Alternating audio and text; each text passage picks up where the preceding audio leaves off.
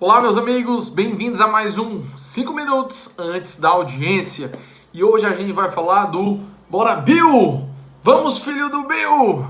E aí, o que é que isso tem a ver com a audiência trabalhista? Se você ainda está perdido, não sabe do que se trata esse Bora Bill, Bora filho do Bill, pesquise depois e você vai entender qual é o meme do momento. Mas eu tô aqui chamando a atenção porque muitas vezes nós somos pegos de surpresa. E às vezes a gente acaba não entendendo aquilo que está se passando dentro da audiência. E isso decorre muitas vezes de uma culpa nossa. Quando a gente coloca muitos elementos, ou na petição inicial, ou na contestação, que vão destoar daquela realidade que eu quero retratar.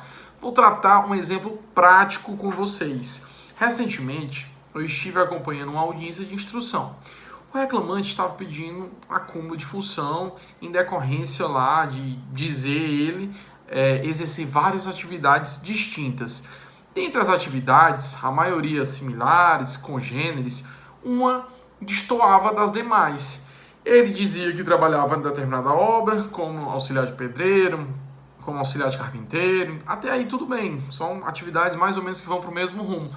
Mas ele colocou também que exercia atividade de vigia. E colocou como jornada, que entrava tipo umas 7 horas da manhã e sairia aí umas 19 horas, né, da noite.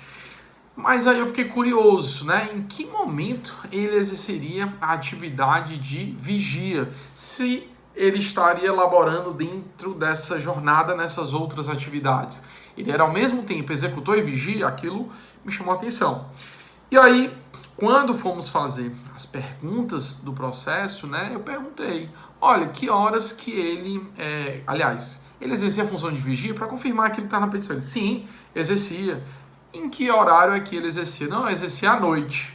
Pô, a petição inicial foi delimitado um período diferente de jornada. Então, às vezes, não vale a pena a gente colocar uma informação a mais se aquela informação não vai ter utilidade. Porque isso serve justamente para tirar a credibilidade tanto do depoimento do reclamante quanto das testemunhas. Então depois ele tentou se corrigir, dizendo que seria só nos finais de semana, e aí meio que passou. Ok, quando foi para escutar a testemunha, né, eu também peguei o mesmo modo e fui para o mesmo caminho. Eu escrevo um artigo científico, por exemplo, aplicando a teoria da falibilidade de Karl Popper, né? Quem estuda epistemologia jurídica é um grande autor, em que basicamente a ideia por trás dessa teoria é o seguinte: eu posso ter aqui um elemento que aparentemente é verdadeiro, mas se eu tiver mais elementos que vão demonstrando a falsidade, esse elemento aqui vai deixar de ser verdadeiro.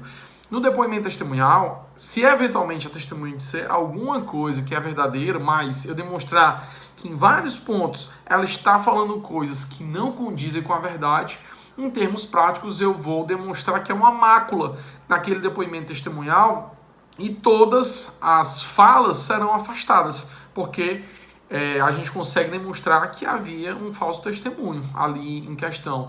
Então, se a gente demonstra num ponto, ele acaba manchando e prejudicando a testemunha no contexto geral. Então, nesse mesmo caso que a gente mencionou aqui, eu perguntei, olha, e o reclamante trabalhava como vigia? Trabalhava. Aí eu, beleza. Então, ele dizia que trabalhava sábado e domingo, iniciava às 7 da manhã e até às 7 da noite, aí depois trabalhava como vigia.